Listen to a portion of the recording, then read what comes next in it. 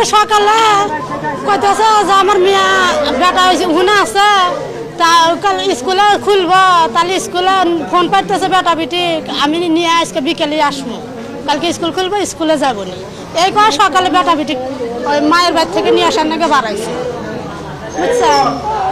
পরে কিছুক্ষণ পরে ফোন দিয়ে শুনি যে আমার যাও মারা গেছে আমরা কে বলে এসে উপস্থিত ওই নলকা বলে গাড়ি অ্যাক্সিডেন্ট হয় উল্টে যা পানির মধ্যে বলে পড়ে মারা গেছে আজকে না 8-10টা জন যাচ্ছে এই সঙ্গে দুটো বেটা বেটির সমস্যা পড়েছে বুঝছেন তা আমার করতেছে যে আমার বেটা বেটির নিয়ে যাবো বললাম যে তাহলে আগে আগে যাও আবার বাড়িতে এসো আমি আজকে ওঠা দেখি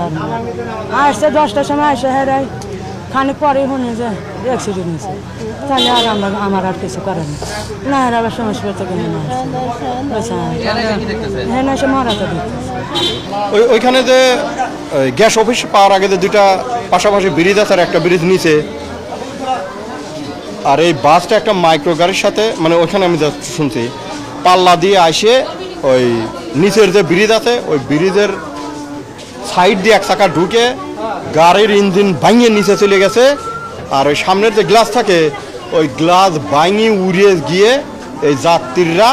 ওই উড়ে যা ব্রিজের নিচে পড়ে গেছে 50 ফিট নিচে পড়ে গেছে আর বাসের ইঞ্জিনও ছুটে একবারে ওই ব্রিজের ওই পাখানে ঢালু ওইখানে ইয়া গেছে 3 জন মারা গেছে